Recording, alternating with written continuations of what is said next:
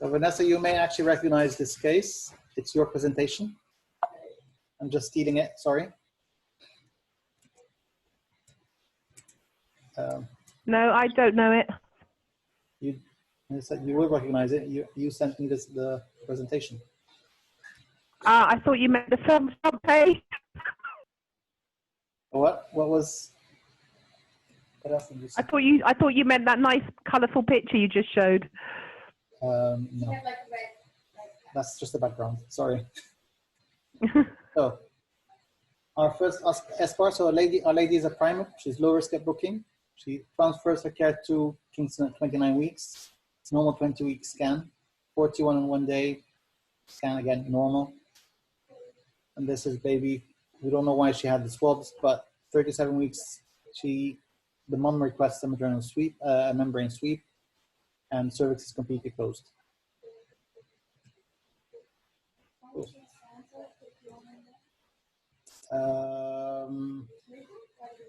Not entirely sure. She comes in at 41 plus 3 and she's contracting 3 and 10. FH is 138. She's 1 centimeter dilated at home. Is that correct? She's at home, Vanessa? Yeah, she went home. She came into triage and then she went home. Sorry. So this is, she comes back for induction of labor for prostates. Okay. This is her Bishop score and this is her being admitted to the birth center. Anyone want to assess the trace?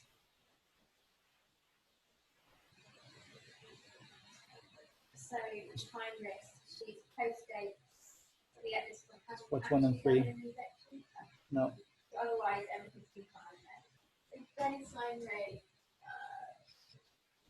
140. Starts at 140. Yeah. And doesn't appear to be contraction like variability is expressing on there are accelerations present. Difficult to know if that is a small D cell, but overall it's really close to one. Okay. So you're happy for her to be induced if, I mean. I thought the trace just to continue a little bit longer after that received it, just to make sure that it stays normal, but yeah. I don't see a reason why it can't. Okay. Are we all happy with that? Yeah. Okay. So this is a spanning. So we thought Bishop score of 8. So the idea, well, if Bishop scored more than 7, we're not going to put prostaglandins in. Okay, we're going to ARM her if we can. She gets examined just before she gets an ARM, and that's what happens on the trace. Prior to ARM, so just prior to ARM. Yeah. She was in left lateral at that point. That's not the envelope. Okay. So happy to carry on? Well, no, I want to see a bit more of the There are no contractions or anything, isn't it? It doesn't seem like the contraction. I think she was just about, they were thinking about ARM. She was probably getting onto the bed. And that's what happened when she just got onto the bed too much. Yeah, I mean, I would still variability, so I want a bit longer to. Okay. So, I mean, this is a fetal response there. What do you think just happened? Most likely she's moved to the That doesn't look like that's. Does this look like a quick compression deceleration? Yeah. She's just getting onto the bed. Bit of supine hypertension. Bit of aortic compression. I mean, I don't have lots of information there, but if I have to guess, that's probably what I'm thinking of. Yeah. And she gets onto left lateral, and then things start improving. And the baseline, I mean, it's a proper, this is not loss of contact. And you can see that because the baseline jumped up following it, and it then settles as she's getting better. Yeah? Okay. Standing, I think that's what it says. So unit busy, we're not going to be airing it for a while. Let's just keep you on the monitor because of that prolonged decel. Mobilize, and we'll see you when we get to you. And she's back, and this is the trace that we can see. Good point. Vanessa, do you know why she's given antibiotics? No. No. Is she not a prom? She hadn't. No. Oh, she was just going for prostates. Oh, Yeah. I really don't know. Sorry. Might be GBS. I'm guessing. Is she GBS? I don't know. You sent me the presentation. Sorry. She had us. Yeah, she had us swab a couple of weeks before. So I'm guessing. Oh yes, she is GBS. Yes, she is. Okay. Then that's fine. Okay. Well, what do you think about the baseline right now?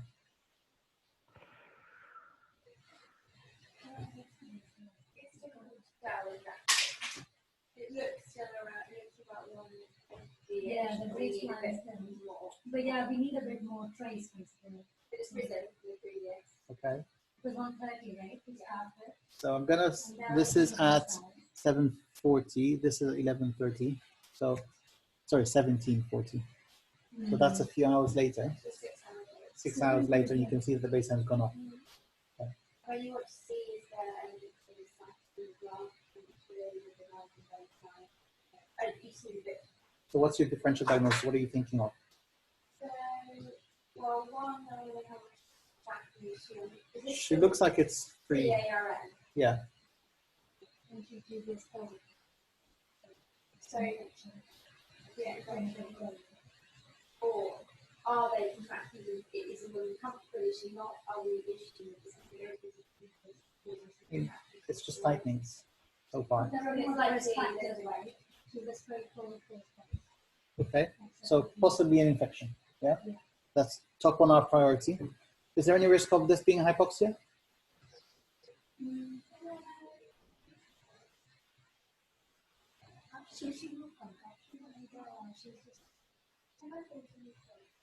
Tish, Regina, Perrin, I can see that you're there. You can answer too as well.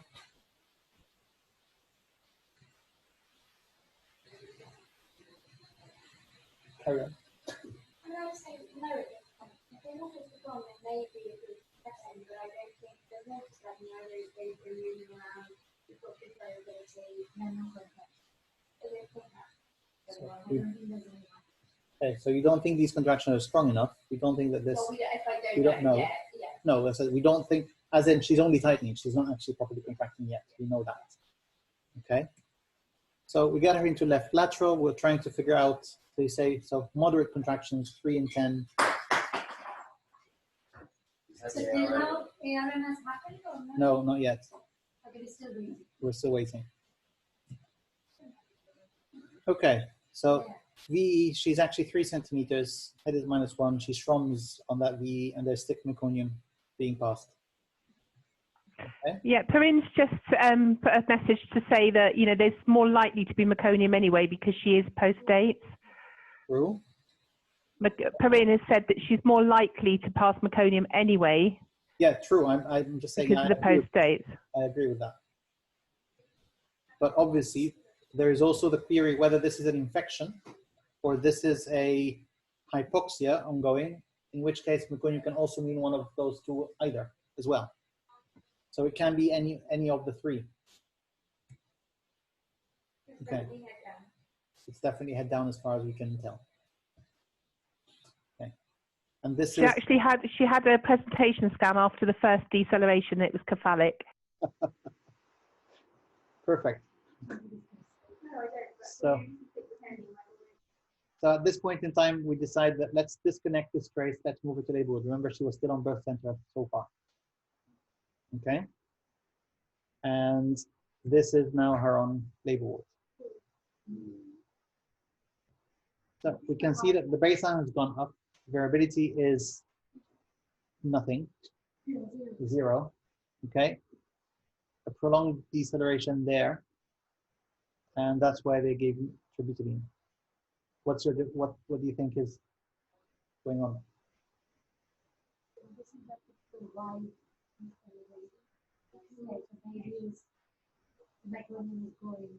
So the meconium may be actually going in. Okay. I think this is the time we should. So we think that this is the time we need to actually act upon this.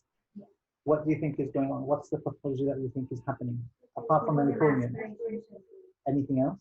Plus infection. Okay, Plus hypoxia. that's hypoxia.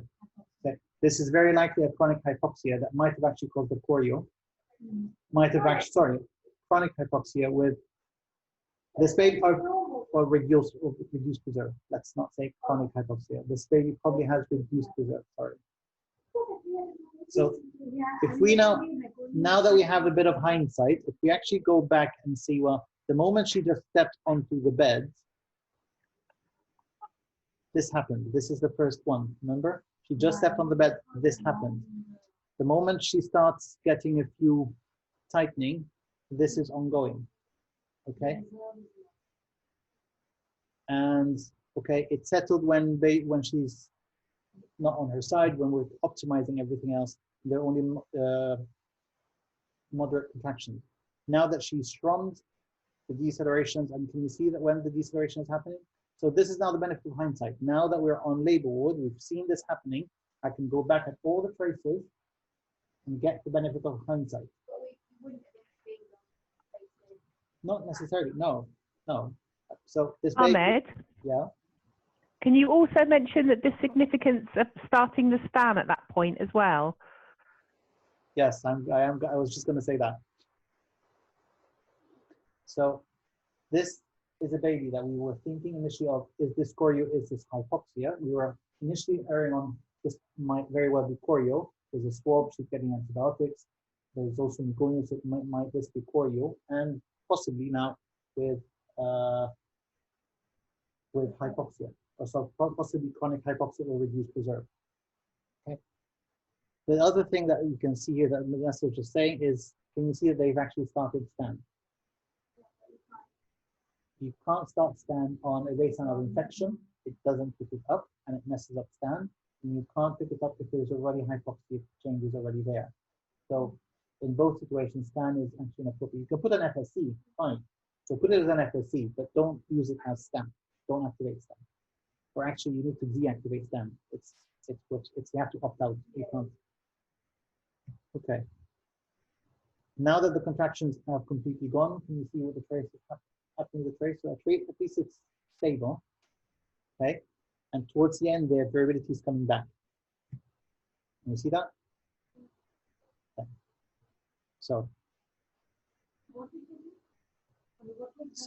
the decision there was for doctor's review. They've given her tributylene to stop. When they saw that from deceleration, they gave tributylene. They could see that this is a hypoxia happening. There's possibly choreo. There's meconium there. This baby is not fit for labor, and that was the decision made. Okay. So precisely, make this baby happy until we get things ready. Yeah. Okay. Did the tributylene make this baby happier? Yeah. Is there any other sign that this baby's, sorry? The rate is coming back and the baseline has not gone up further. If this baby was getting worse, the baseline would have gone up further. We're going to talk about medications with the next, not the next time, the time after, about special circumstances. I know we're getting very close to the time of the need to start moving. The decision is made for theater, but unfortunately theater is very busy there. What do you expect is going to happen with this baby's trace as time is passing? Okay. If the contractions come back, baby will get worse. What if the contractions don't come back?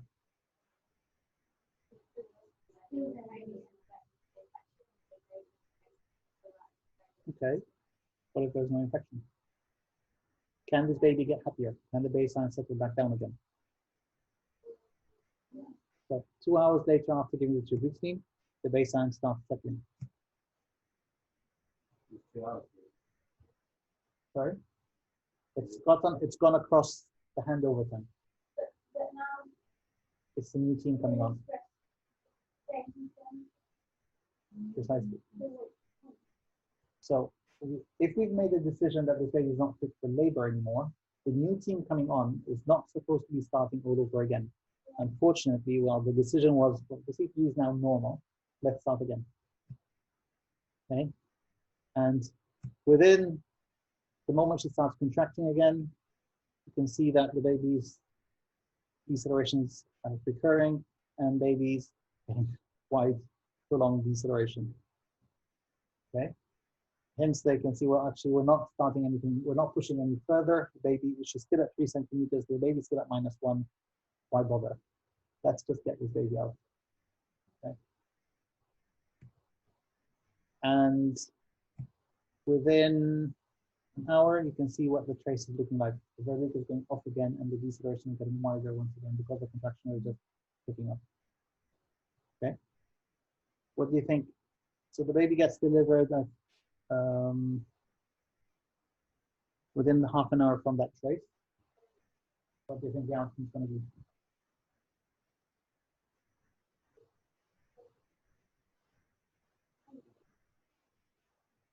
Okay, we haven't stressed this baby out.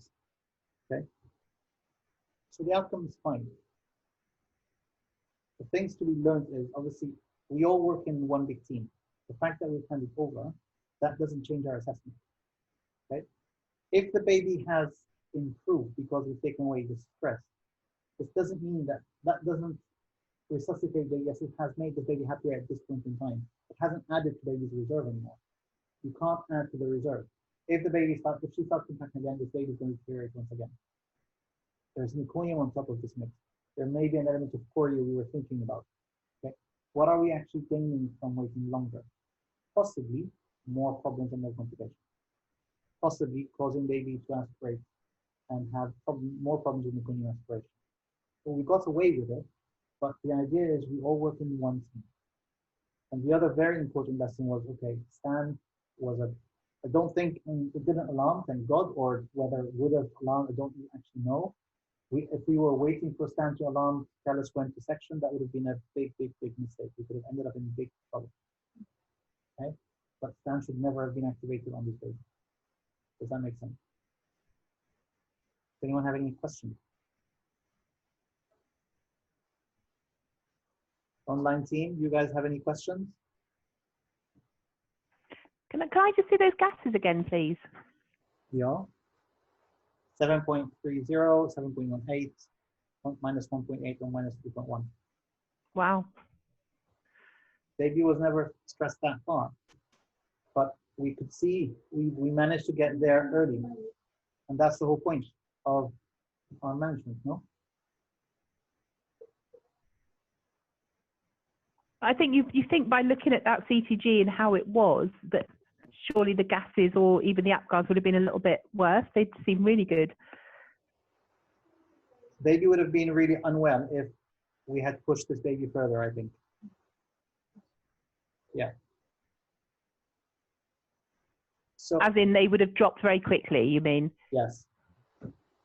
Yeah.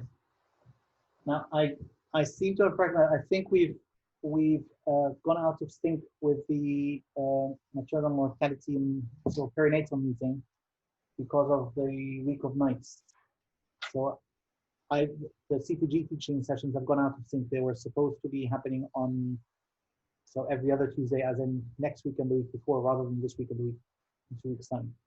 So what I'm going to do is we're going to do another session coming Tuesday, and then we go back to our normal routine. Sorry? Yeah, then it's Christmas. So does that make sense? So hopefully we'll meet again next week. Thank you.